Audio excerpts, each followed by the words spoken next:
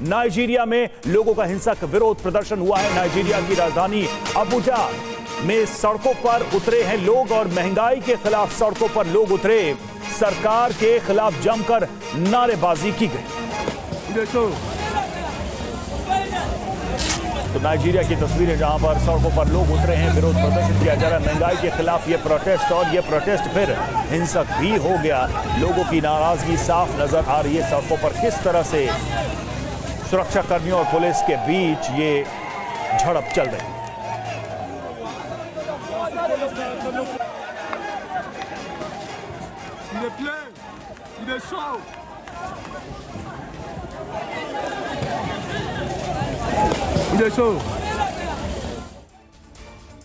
Nigeria में police और लोगों के बीच हिंसक झड़प हुई है और नाइजीरिया पुलिस से भिड़े प्रदर्शनकारियों ने पुलिस पर की है पत्थरबाजी। पुलिस ने प्रदर्शनकारियों पर दागे आंसू गैस के गोले। आंसू गैस दागने के बाद भागते दिखे लोग।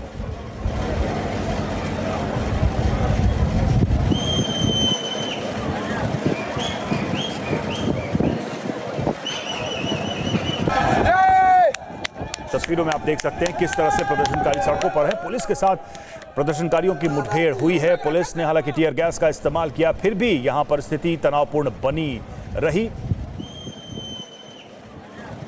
प्रदर्शनकारियों ने पुलिस के ऊपर पत्थरबाजी भी की है। तस्वीरें नाइजीरिया।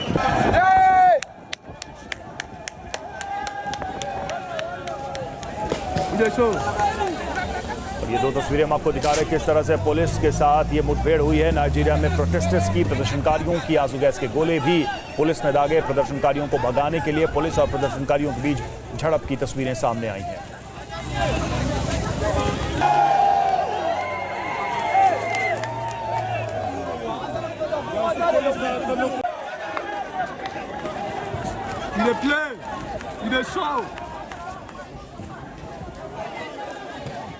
और इस बीच प्रदर्शनकारियों ने खाने की दुकान पर लूट की है। शॉपिंग मॉल से खाने के सामान को लेकर भाग गए। खाने का सामान, गद्दे, ये सब लूट कर प्रदर्शनकारी ले जाते हुए नजर आए। तस्वीरों में आप देख सकते हैं किस तरह से लूट मची हुई है। प्रदर्शनकारियों ने कहा हम भूखे हैं और इस तरह से सड़कों पर उतरे प्रदर्शनकारियों ने बवाल भी किया और लूटपाट भी की।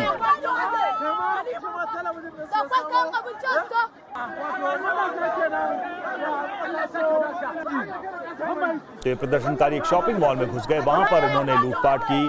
खाने पीने का सामान लेकर भागे, दूसरी चीजें भी लेकर वहां से भागते नजर आए। ये तस्वीरें कैद हुई हैं नाइजीरिया में जहां पर प्रोटेस्टर्स सड़कों पर उतरे थे, प्रदर्शनकारी सड़कों पर उतरे थे। झड़प हुई पुलिस से और उसके बाद लूटपाट की ये घटनाएं भी हुई हैं। एक और तस्वीर भी आई है। प्रदर्शनकारियों ने गवर्नर के घर के सामने टायर जलाए। हिंसा के बाद राजधानी अबुजा में कर्फ्यू और नाइजीरिया में इंटरनेट सेवा को फिलहाल बंद कर दिया गया है। तो गवर्नर के घर के बाहर भी पहुंच गए प्रदर्शनकारी, वहां पर आगजनी की, टायर जलाया। फिलहाल इंटरनेट सेवाओं को बंद कर दिया गया है नाइजीरिया में और इन प्रदर्शनकारियों को नियंत्रित करने की कोशिश की जा रही है।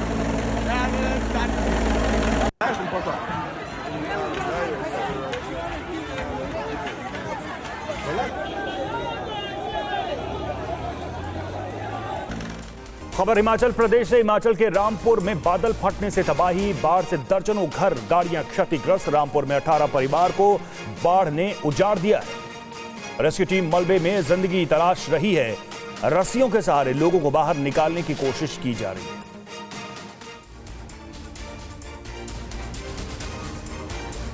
बादल फटने के बाद आई बाढ़ से रामपुर के चारों तरफ सिर्फ तबाही ही तबाही दिख रही है। बाढ़ के साथ आए मलबे और पत्थरों से दर्जनों घर क्षतिग्रस्त हो गए हैं। घरों में 4 से 5 फीट तक पानी भर गया है। इन गाड़ियों और घरों की स्थिति को देखकर आप तबाही का अंदाजा लगा सकते हैं।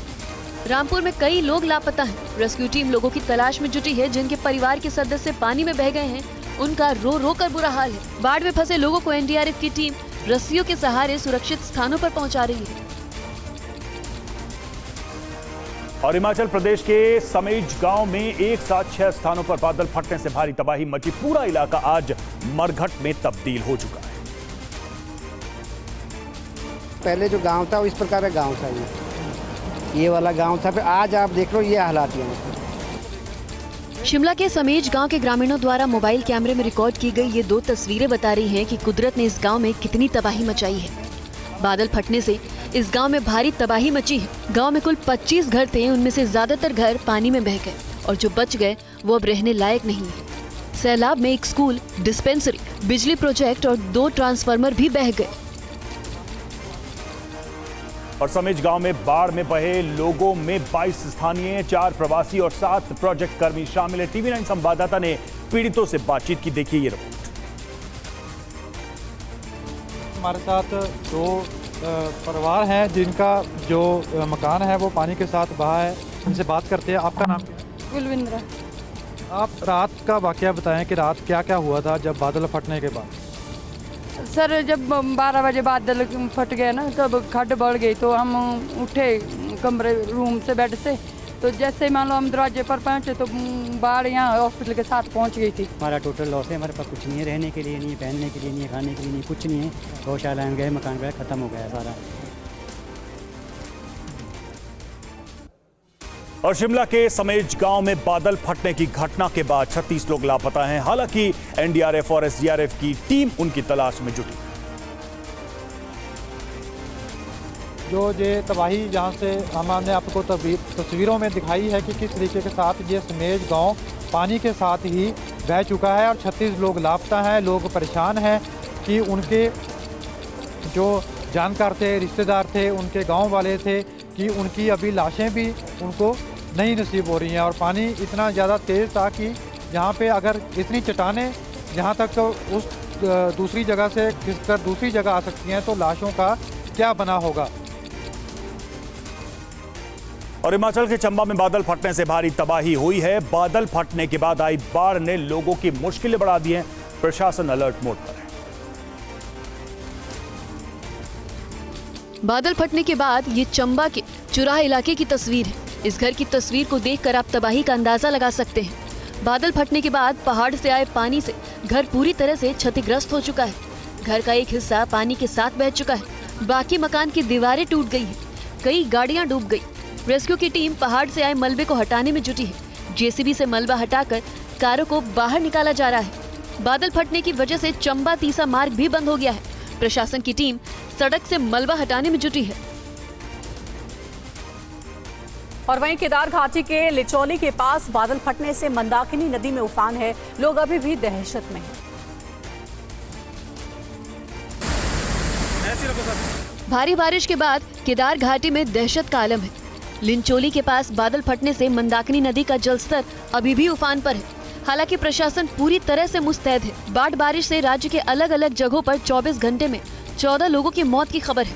देहरादून में 4, हरिद्वार में 6, टिहरी में 3 और चमोली में 1 शख्स की मौत हुई है। बारिश से हुए नुकसान की समीक्षा कर CM धामी ने प्रभावितों को सहायता राशि जल्द जारी करने के निर्देश दिए हैं। केदारनाथ पैदल मार्ग पर हादसे के बाद से राहत और बचाव कार्य जारी है। भीम बली और जंगल चट्टी में फंसे हजारों श्रद्धालुओं को अब तक सुरक्षित स्थानों पर पहुंचाया जा चुका है। केदारनाथ रूट पर बादल फटने से तबाही के बाद ये रेस्क्यू की तस्वीरें सामने आई हैं। NDRF, DDRF और सेना की टीम प्रभावित रास्तों में फंसे श्रद्धालुओं को बाहर निकालने में जुटी है। अब तक 425 यात्रियों को लिंचोली और भीमबली से हेलीकॉप्टर के जरिए रेस्क्यू किया जा चुका है। अलग अलग जगहों में से अब तक 1835 यात्रियों को सोनप्रयाग सुरक्षित पहुंचाया जा चुका है। बुधवार की रात बादल फटने से केदारनाथ धाम के पैदल मार्ग पर करीब 30 मीटर हिस्सा अचानक बह गया था। और वहीं उत्तराखंड के हालातों पर PM की भी नजर है। रेस्क्यू के लिए चिनूक के MI-17 हेलीकॉप्टर तैनात किए गए हैं। PMO ने CM धामी को हर संभव मदद का आश्वासन दिया है। JP नड्डा ने भी हालातों का जायजा लिया।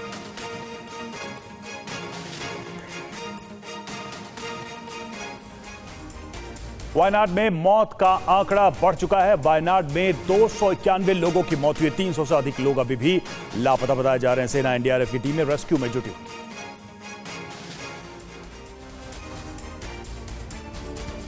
वायनाड में लैंडस्लाइड के बाद से ही रेस्क्यू ऑपरेशन जारी है।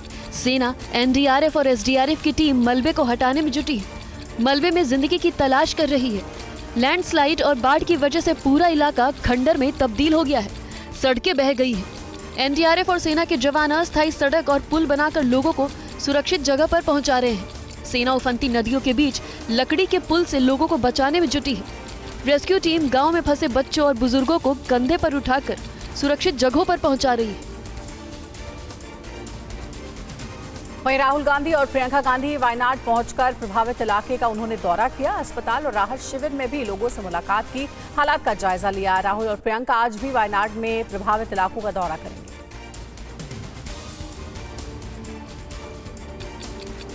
राहुल गांधी ने हादसे वाली जगह पर पहुंचकर रेस्क्यू ऑपरेशन का जायजा लिया। उसके बाद राहुल और प्रियंका अस्पताल में जाकर लैंडस्लाइड के पीड़ितों से भी मिले, उनका हालचाल जाना, उनके परिजनों को गले से लगाया। राहुल और प्रियंका चूरमाला में भी हादसे वाली जगह पहुंचे।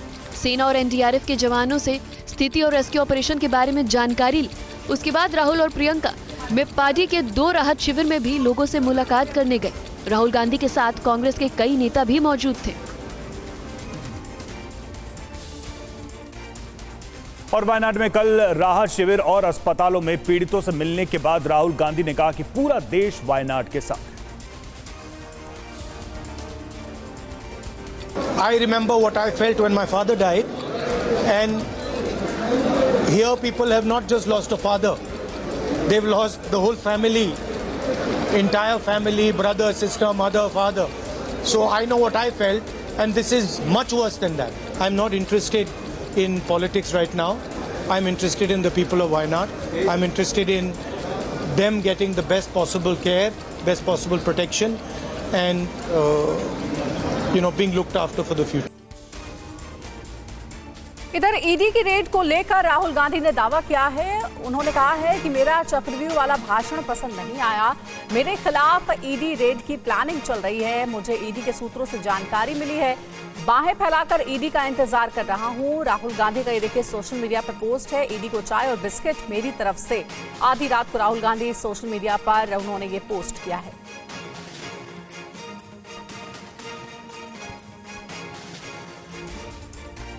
और नीट पर सुप्रीम कोर्ट आज सुनाएगा फैसला। सुप्रीम कोर्ट आज परीक्षा रद्द न करने की वजह बताएगा। 23 जुलाई को सुप्रीम कोर्ट ने दोबारा परीक्षा कराने से इनकार किया था।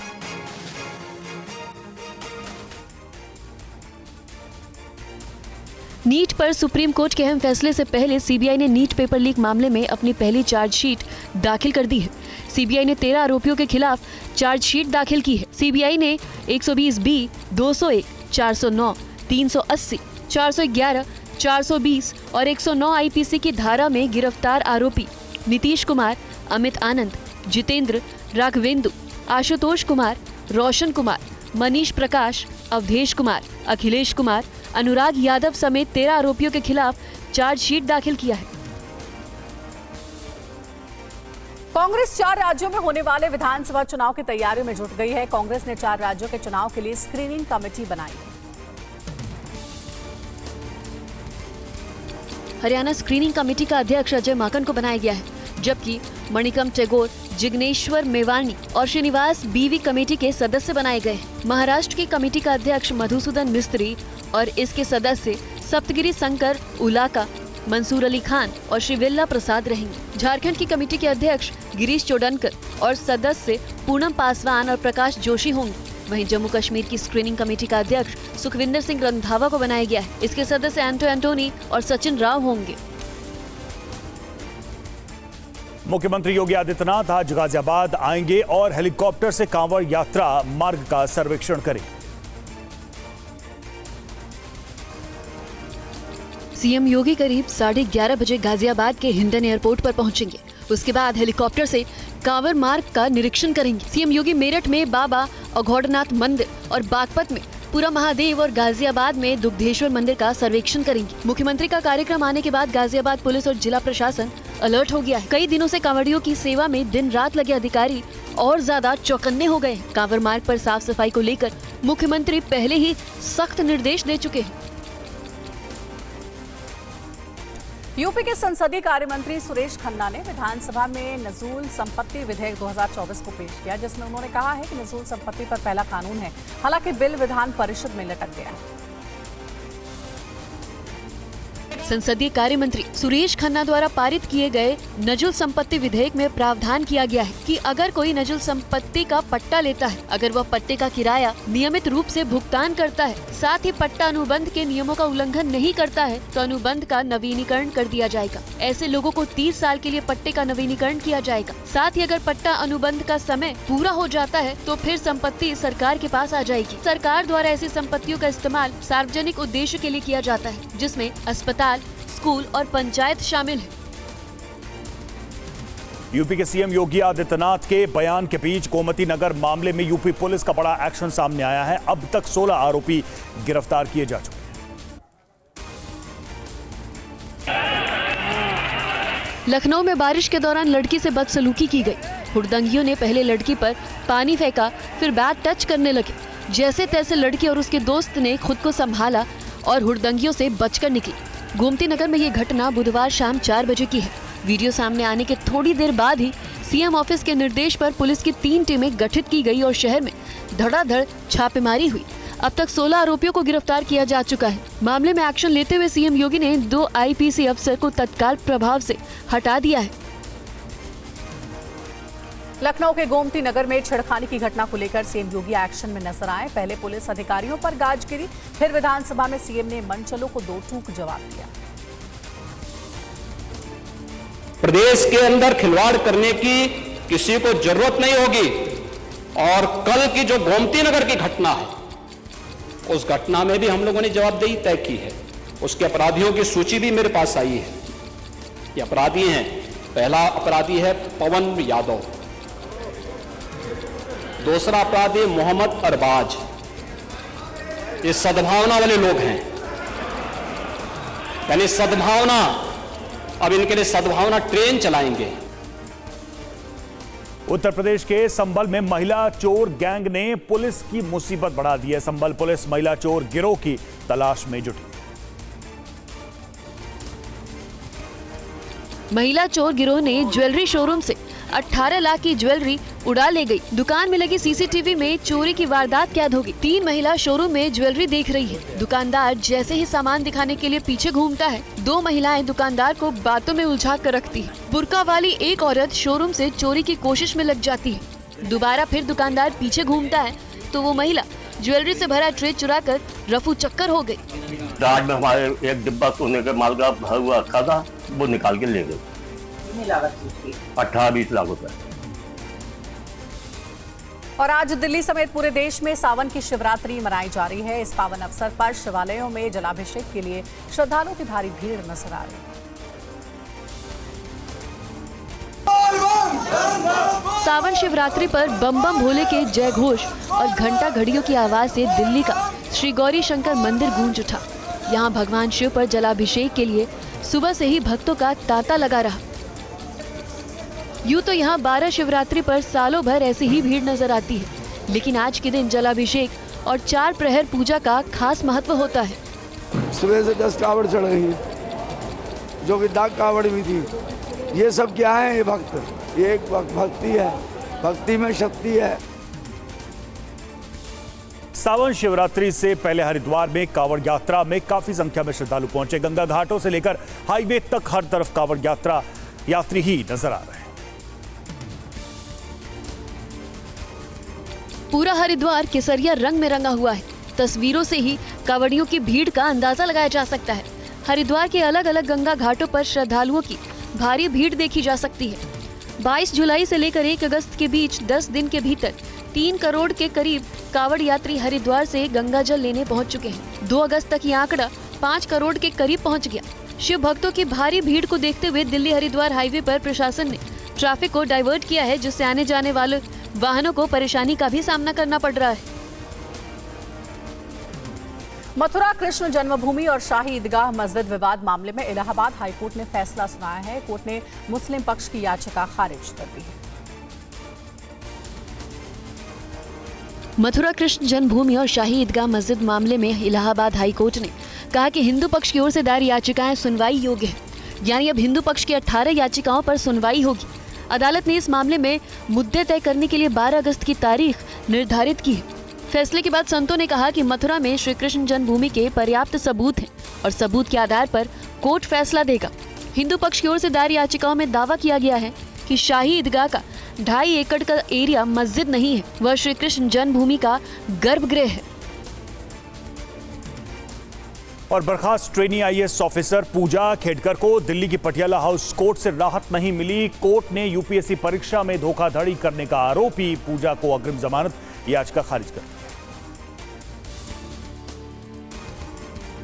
पटियाला हाउस कोर्ट ने ट्रेनी आईएएस पूजा की अग्रिम जमानत याचिका खारिज करते हुए कहा कि दिल्ली पुलिस को भी ये जांच करनी चाहिए कि क्या यूपीएससी के अंदर से किसी शख्स ने खेडकर की मदद की थी। कोर्ट ने एजेंसियों को पूरी निष्पक्षता के साथ जांच करने को कहा है। पूजा खेडकर के कोर्ट इस मामले की सुनवाई के दौरान कोर्ट में पेश न होने या उनकी उपस्थिति न होने पर भी उन्होंने संतोष जाहिर किया और इस मामले में दिल्ली पुलिस को कहा है कि वो इस पूरे मामले में एक निष्पक्ष जांच करे। साउथ दिल्ली के मदनगीर में एनसीडी के अतिक्रमण विरोधी अभियान के बाद अब सिविल लाइंस के पास बुलडोजर एक्शन का खतरा है। प्रशासन के शॉर्ट नोटिस के बाद स्थानीय लोग विरोध पर उतारे हैं। हम यहाँ पे हमारे दादा परदादा सब यहीं के रहने वाले, 100 साल हो गए हमें यहाँ। दिल्ली के सिविल लाइंस के पास सरकारी जमीन पर अतिक्रमण विरोधी अभियान का ये मामला है। रिकॉर्ड के मुताबिक करीब 32 एकड़ जमीन को साल 1935 में LNDO ने रक्षा मंत्रालय के सहायक स्टाफ के लिए आवंटित किया था, जहां के लोगों का भी दावा है कि वो करीब 70 सालों से हॉस्टल की जमीन पर रह रहे हैं, इसलिए वे पुनर्वास के हकदार हैं। इतने शॉर्ट नोटिस पे हमारे लिए मुश्किल है, छोटे बच्चे हैं। सोशल मीडिया पर सस्ती लोकप्रियता के लिए रेल सुरक्षा से खिलवाड़ करने का मामला सामने आने के बाद रेलवे ने सख्त एक्शन लिया है। प्रयागराज पुलिस ने आरोपी यूट्यूबर को गिरफ्तार कर लिया है। तस्वीरों में दिखाई दे रहा है कि ये वही शख्स है जिसे सैकड़ों रेल यात्रियों और रेलवे की सुरक्षा से खिलवाड़ के आरोप में प्रयागराज पुलिस ने गिरफ्तार किया है। नवाबगंज के मंसूराबाद गांव के रहने वाले गुलजार शेख पर आरोप है कि वो सोशल मीडिया पर ज्यादा लाइक्स और सब्सक्रिप्शन पाने के लिए रेलवे के ट्रैक पर खतरनाक वीडियो बनाता था। गुलजार शेख पर रेलवे ट्रैक पर सिक्के रखकर, कभी बांट रखकर तो कभी पटरी पर कूलर रखकर रील बनाने का आरोप है। जीआरपी ने तब एक्शन लिया जब वंदे भारत ट्रेन का वीडियो वायरल हुआ। मुंबई से स्टंट का एक हैरान करने वाला वीडियो सामने आया है, जिसमें एक शराब के नशे में लड़का कार से जानलेवा स्टंट कर रहा है। कार के स्टंट का वीडियो मुंबई के अंधेरी का है, जिसमें एक लड़का कार के गेट पर लटका हुआ है और खतरनाक स्टंट कर रहा है। गाड़ी सड़क पर दौड़ रही है, कार की गेट खुली है और गेट पर लटके लड़के ने कार की स्टीयरिंग पकड़ रखी है। स्टंटबाज लड़का पूरी सड़क पर कार को इधर से उधर चला रहा है। उसको किसी का खौफ नहीं है, न अपनी जान का और न ही दूसरों की जान का। इसने सड़क के किनारे खड़ी गाड़ियों में भी टक्कर मार दी। वीडियो वायरल होने के बाद अंधेरी पुलिस ने लड़के को अरेस्ट कर लिया है। इस लड़के का नाम सूरज झामन साव बताया जा रहा है। मुख्तार अंसारी की पत्नी अफशा अंसारी पर यूपी पुलिस ने 50,000 का इनाम घोषित किया है। अफशा अंसारी पर पुलिस ने पहले ही लुकआउट नोटिस जारी कर रखा है। मुख्तार अंसारी की पत्नी अफशा अंसारी पर गैंगस्टर एक्ट के तहत मुकदमा दर्ज है। अफशा अंसारी लंबे समय से फरार चल रही है। पुलिस उनकी तलाश में जुटी है। मुख्तार के जनाजे में भी अफशा अंसारी शामिल नहीं हुई थी। अफशा अंसारी पर 3 मामले दर्ज हैं। उनके ऊपर 2019 में छावनी लाइन में मामला दर्ज है। उनके ऊपर बबेड्डी इलाके में भी जमीन हड़पने के 2 मामले दर्ज हैं। पुलिस को 3 मामले में अफशा अंसारी की तलाश है। आजमगढ़ के डीआईजी ने अफशा के साथ साथ आईएस 1991 गैंग के 4 और अपराधियों के खिलाफ 50,000 का इनाम घोषित किया है। दिल्ली में 15 अगस्त को लेकर आतंकी हमले का अलर्ट है। पुलिस ने इस बाबत सुरक्षा इंतजाम कड़े कर दिए और हर तरफ चौकसी बढ़ा दी गई। 15 अगस्त को लेकर दिल्ली में खुफिया अलर्ट के बाद दिल्ली पुलिस सतर्क हो गई है। पुलिस कमिश्नर के आदेश के बाद दिल्ली में paragliders, paramotors, UAV, hot air balloon और ड्रोन पर पूरी तरह प्रतिबंध लगा दिया गया है। आदेश के मुताबिक ये रोक आज से लेकर 16 अगस्त तक रहेगी। इस दौरान राष्ट्रीय राजधानी क्षेत्र में भारतीय नागरिक सुरक्षा संहिता की धारा 163 लागू रहेगी। इस आदेश का उल्लंघन करने वालों पर आईपीसी की धारा 223 के तहत कानूनी कार्रवाई होगी। इसकी सूचना जिलों के डीसीपी, सभी तहसीलों, एनडीएमसी और दिल्ली कैंट बोट को भी भेजी गई है। पेरिस ओलंपिक में शूटर्स ने भारत को तीसरा पदक दिला दिया है। स्वप्निल कुसाले ने 50 मीटर राइफल शूटिंग में कांस्य पदक जीता है। स्वप्निल कुसाले ने पेरिस में पुरुषों की 50 मीटर राइफल 3 पोजीशंस में कांस्य पदक जीता है। क्वालिफिकेशन में 7वें नंबर पर है स्वप्निल ने 451.4 स्कोर करके तीसरा स्थान हासिल किया है। स्वप्निल कुसाले महाराष्ट्र के कोल्हापुर के रहने वाले हैं। 50 मीटर राइफल शूटिंग में स्वप्निल के कांस्य पदक जीतने पर महाराष्ट्र के मुख्यमंत्री एकनाथ शिंदे ने 1 करोड़ के इनाम की घोषणा की है। महाराष्ट्र के डिप्टी सीएम देवेंद्र फडणवीस ने फोन पर स्वप्निल को बधाई दी। कुदरत के कहर से पाकिस्तान के कई प्रांत भी इन दिनों कराह रहे हैं। लगातार बारिश के बाद लाहौर में बाढ़ जैसी स्थिति पैदा हो गई है। देखिए रिपोर्ट। पाकिस्तान में एक बार फिर जोरदार बारिश का कहर देखने को मिल रहा है। 4 घंटे की बारिश के बाद लाहौर शहर का ये हाल देखिए। कई इलाकों में 2 से 3 फीट तक पानी भर चुका है। बाइक, कार और सड़कें पानी में डूबी नजर आ रही है। शहर के निचले इलाके तालाब बन गए हैं। लोगों का एक जगह से दूसरी जगह जाना दूभर हो गया है। सरकारी और गैर सरकारी दफ्तरों में भी जल भराव से काम प्रभावित हो रहा है। एक रिपोर्ट के मुताबिक एक दिन में यहाँ 350 मिलीमीटर बारिश दर्ज की गई, जिसने पिछले 44 साल का रिकॉर्ड तोड़ दिया है।